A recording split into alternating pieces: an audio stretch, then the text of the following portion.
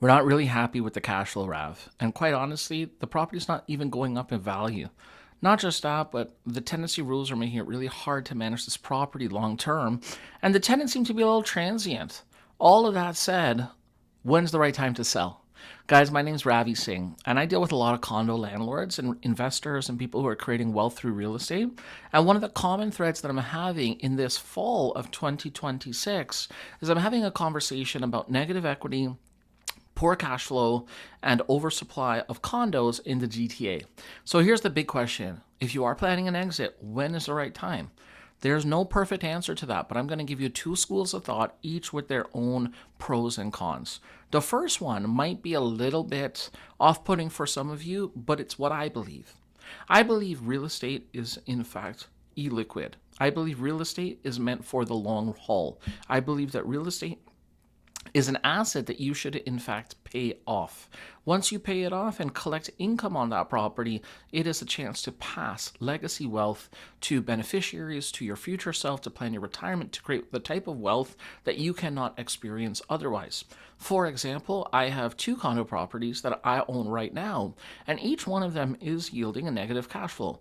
Let's use an illustration. Let's say it costs $45,000 a year to run, and you only collect $36,000 a year. Well, that's $9,000 in negative equity. My goal, and I'm not saying this is right or wrong, is to continue to own it and to pay it off.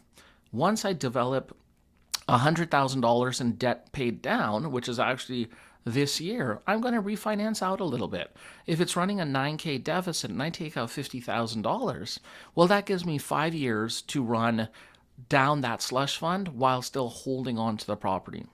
Now, I know some of you will say we're doomed, that the real estate market is over, the crash is imminent. I am just not someone who registers that kind of emotion and that kind of feelings. I believe that as long as the property is being sustained by the income or by the savings that has come out of the refinance, it's fine to hold for the long term. If it goes up and down upwardly over time, I am okay with that. Number two, if you are thinking about selling a condo in the GTA, I want to explain a theory of thought and a timeline that I think you will benefit from. You see, there's a lot of cranes in the sky, but there are no shovels in the ground.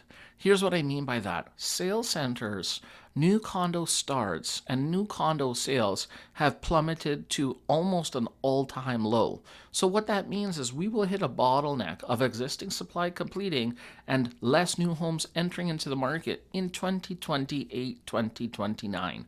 Not just that, but January 1st, 2027, the foreign buyer ban is likely to almost 100% be lifted, and people from all over the world will be coveting GTA real estate.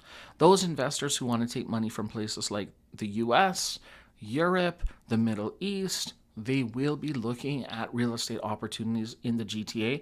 I guarantee it. If you don't believe me, just ask my friend who's the broker owner of Home Life Miracle. He will tell you. Now, all that being said, guys, remember, I am not just someone who peddles condos or tries to sell real estate to anybody who will buy. I believe in real estate as a wealth instrument. As I've told many people, I've spoken on stage about my grandmother. She was widowed at 39 years old. My father was one of 13 children. And with limited job opportunities, she sustained her life by owning real estate. Guys, I believe in owning real estate. I am passionate about owning real estate. If any of this resonated with you, please feel free to comment below. I'm sure some of you will be talking about the doom and gloom of the real estate market in Toronto. And remember, I try to pick winners and I try and help you in that process. As always, you can book a no obligation call or appointment with me via the calendar link below. And thank you for watching. Please feel free to like, comment, and subscribe.